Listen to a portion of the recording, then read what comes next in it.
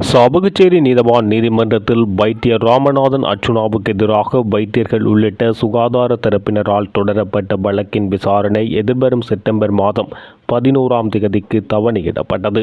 குறித்த வழக்கில் அர்ச்சுனா ராமநாதன் சார்பில் ஆஜரான சட்டத்தரணி செலஸ்டின் இது தொடர்பில் ஊடகங்களுக்கு கருத்து தெரிவித்தார்.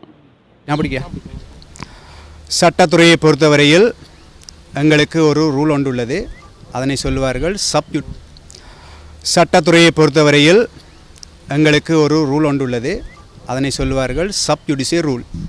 சப்ஜுடிஷிய ரூல் என்றால் ஒரு வழக்கு நீதிமன்றத்தினுடைய பரிசீலனையில் உள்ள பொழுது அந்த வழக்கு தொடர்பில் யாரும் விமர்சிக்கக்கூடாது, அந்த வழக்கு நடவடிக்கைகளை விமர்சிக்கக்கூடாது, சாட்சி நீதிமன்றத்தில் சொன்ன சாட்சியத்தை விமர்சிக்கக்கூடாது, எதிரியை விமர்சிக்கக்கூடாது, எதிரியினுடைய சட்டத்தரணியை விமர்சிக்கக்கூடாது, நீதிமன்றத்தை விமர்சிக்கக்கூடாது, இவ்வாறு அல்லது முறைப்பாட்டாளர் சார்பில் தோன்றுகின்ற சட்டத்தரணிகளை விமர்சிக்கக்கூடாது. ஆகையால் இப்பொழுது சமூக ஊடகங்களில் பலர் இந்த சப்ஜுடிஷியல் ரூலை மறந்துவிட்டு தங்களுடைய விருப்பத்துக்கேற்ற போல பலவிதமான விமர்சனங்களை முன்வைக்கிறார்கள். ஆகையால் அதனை அனைவரும் நிறுத்த வேண்டும். இந்த நீதிமன்ற வழக்கு என்ன நடந்தது என்று நீங்கள் கூறலாம். யாரும் ஃபேஸ்புக்கிலோ அல்லது டிக்டாக்லோ அல்லது ஏனைய சமூக ஊடகங்களிலோ எவரும் இந்த வழக்கு நடைமுறைகளை விமர்சிக்கக்கூடாது. அவ்வாறு விமர்சித்தால் நீதிமன்ற அவமதிப்பு வழக்கு அனைவருக்கு எதிராகவும் பாயக்கூடிய ஒரு சூழ்நிலை உள்ளது. இதனை மனதில் வைத்துக்கொண்டு இணைய பாவனையாளர்கள் செயற்பட வேண்டும். இன்றைய வழக்கை பொறுத்தவரையில் எனது கட்சிக்காரர் டாக்டர் ராமநாதன் அர்ச்சுனாவுக்கு எதிராக 486வது சட்ட பிரிவின் கீழ் அவர் சிலரை அச்சுறுத்தினார் என்ற ஒரு குற்றச்சாட்டு முன்வைக்கப்பட்டு அது தொடர்பான வழக்கு என்று எடுத்துக்கொள்ளப்பட்டது. இந்த விடயங்கள் தொடர்பில் என்னுடைய ஆட்சேபணங்களை நான் நீதிமன்றத்தில் பதிவு செய்திருந்தேன். அதேபோல் எனது கட்சிக்காரரும் ஒரு முறைப்பாடு ஒன்றை செய்திருந்தார். அதில் தனக்கு அடித்ததாகவும் சில பொருட்களை திருடியதாகவும் அந்த முறைப்பாடு செய்யப்பட்டுள்ளது. இவைகள் தொடர்பான விசாரணைகள் பூர்த்தி அடையாத காரணத்தினால் அனைத்து வழக்குகளும் செப்டம்பர் மாதம் 11ஆம் தேதிக்கு ஒத்திவைக்கப்பட்டுள்ளது.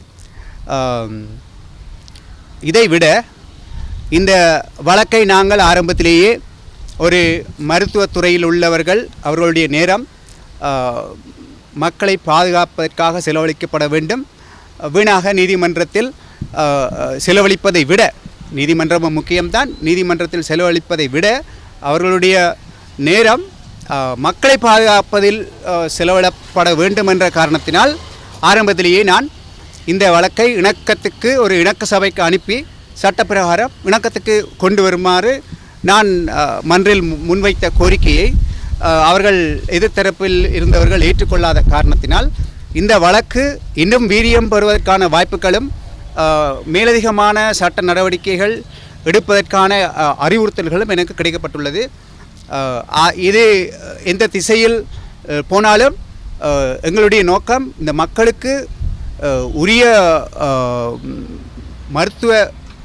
மருத்துவம் கிடைக்கப்பட வேண்டும் என்ற காரணத்தை எனது கட்சிக்காரர் நம்பி செயற்பட்டதை தொடர்ந்து எழுந்த ஒரு வழக்காக இருப்பதனால் அடுத்த வரும் வழக்கு நாட்களில் மக்களுக்கு இந்த வழக்கு தொடர்பில் என்ன நிலைப்பாடு எவ்வாறு போகிறது என்பது தெரிய வரும்.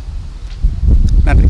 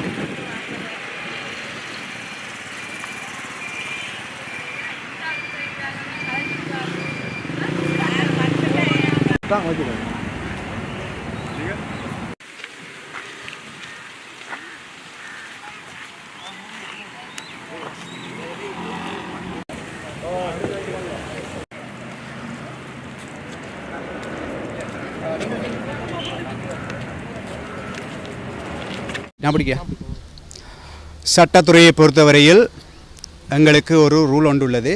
அதனை சொல்வார்கள் சப்ஜுடிஷியல் ரூல். சப்ஜுடிஷியல் ரூல் என்றால் ஒரு வழக்கு நீதிமன்றத்தினுடைய பரிசீலனையில் உள்ள பொழுது அந்த வழக்கு தொடர்பில் யாரும் விமர்சிக்கக்கூடாது. அந்த வழக்கு நடவடிக்கைகளை விமர்சிக்கக்கூடாது. சாட்சி நீதிமன்றத்தில் சொன்ன சாட்சியத்தை விமர்சிக்கக்கூடாது. எதிரியை விமர்சிக்கக்கூடாது. எதிரியினுடைய சட்டத்தரணியை விமர்சிக்கக்கூடாது. நீதிமன்றத்தை விமர்சிக்கக்கூடாது. இவ்வாறு அல்லது முறைப்பாட்டாளர் சார்பில் தோன்றுகின்ற சட்டத்தரணிகளை விமர்சிக்கக்கூடாது. ஆகையால் இப்பொழுது சமூக ஊடகங்களில் பலர் இந்த சப்ஜுடிஷியல் ரூலை மறந்துவிட்டு தங்களுடைய விருப்பத்துக்கேற்ற போல பலவிதமான விமர்சனங்களை முன்வைக்கிறார்கள். ஆகையால் அதனை அனைவரும் நிறுத்த வேண்டும். இந்த நீதிமன்ற வழக்கு என்ன நடந்தது என்று நீங்கள் கூறலாம். யாரும் ஃபேஸ்புக்கிலோ அல்லது டிக்டாக்லோ அல்லது ஏனைய சமூக ஊடகங்களிலோ எவரும் இந்த வழக்கு நடைமுறைகளை விமர்சிக்க கூடாது. அவ்வாறு விமர்சித்தால் நீதிமன்ற அவமதிப்பு வழக்கு அனைவருக்கு எதிராகவும் பாயக்கூடிய ஒரு சூழ்நிலை உள்ளது. இதனை மனதில் வைத்துக்கொண்டு இணைய பாவனையாளர்கள் செயற்பட வேண்டும். இன்றைய வழக்கை பொறுத்தவரையில் எனது கட்சிக்காரர் டாக்டர் ராமநாதன் அச்சுனாவுக்கு எதிராக 486வது சட்ட பிரிவின் கீழ் அவர் சிலரை அச்சுறுத்தினார் என்ற ஒரு குற்றச்சாட்டு முன்வைக்கப்பட்டு அது தொடர்பான வழக்கு என்று எடுத்துக்கொள்ளப்பட்டது. இந்த விடயங்கள் தொடர்பில் என்னுடைய ஆட்சேபணங்களை நான் நீதிமன்றத்தில் பதிவு செய்திருந்தேன். அதேபோல் எனது கட்சிக்காரரும் ஒரு முறைப்பாடு ஒன்றை செய்திருந்தார். அதில் தனக்கு அடித்ததாகவும் சில பொருட்களை திருடியதாகவும் அந்த முறைப்பாடு செய்யப்பட்டுள்ளது. இவைகள் தொடர்பான விசாரணைகள் பூர்த்தி அடையாத காரணத்தினால் அனைத்து வழக்குகளும் செப்டம்பர் மாதம் 11ஆம் தேதிக்கு ஒத்திவைக்கப்பட்டுள்ளது. இதைவிட இந்த வழக்கை நாங்கள் ஆரம்பத்திலேயே ஒரு மருத்துவத்துறையில் உள்ளவர்கள் அவர்களுடைய நேரம் மக்களை பாதுகாப்பதற்காக செலவழிக்கப்பட வேண்டும்.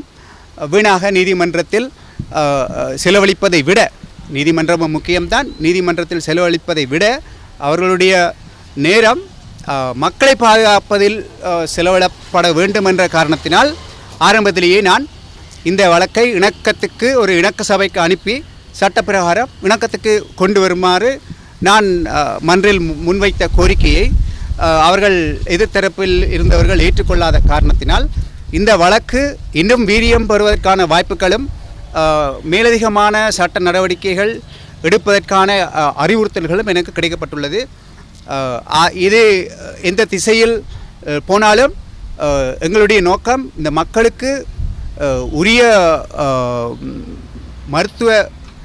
மருத்துவம் கிடைக்கப்பட வேண்டும் என்ற காரணத்தை எனது கட்சிக்காரர் நம்பி செயற்பட்டதை தொடர்ந்து எழுந்த ஒரு வழக்காக இருப்பதனால் அடுத்து வரும் வழக்கு நாட்களில் மக்களுக்கு இந்த வழக்கு தொடர்பில் என்ன நிலைப்பாடு எவ்வாறு போகிறது என்பது தெரிய வரும்.